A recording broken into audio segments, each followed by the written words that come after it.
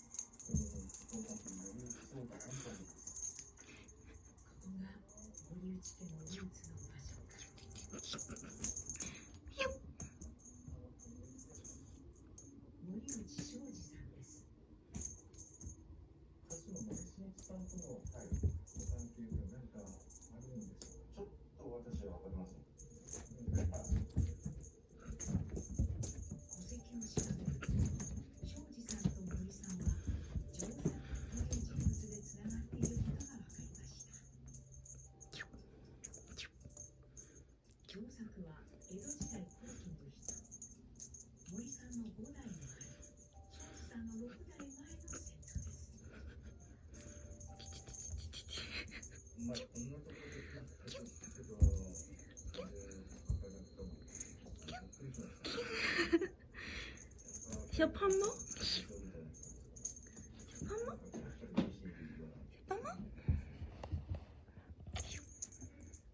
天草の野釜島で漁師をしていた森さんの先祖。明治の中頃、曽祖父の才八が産業ブームに沸いていた下甑島へ渡りました。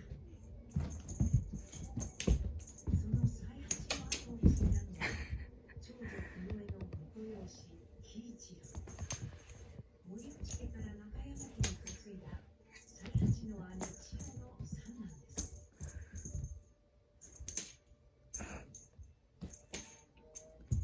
森さんの正いとこ吹子さんです。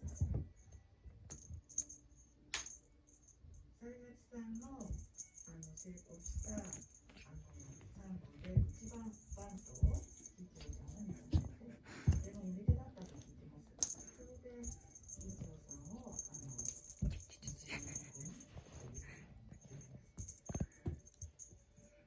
一郎は才八の後を継ぎ、手打ちでサンゴ漁を続けます。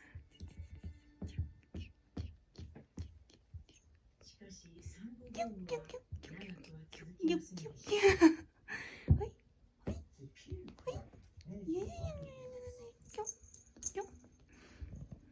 大正に入ると次第にサンゴが取れなくなり、11年に底を打ちました。この時、喜一郎はある決断をします。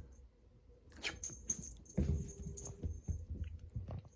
一郎の姪、千佳子さんに話を聞くことができました。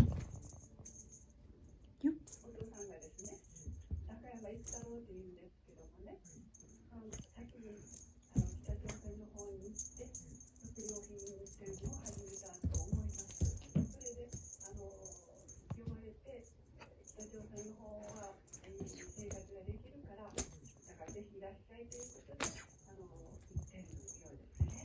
北朝鮮の精神っていうところなんですが、大正13年、喜一郎は朝鮮半島の精神に向かいました。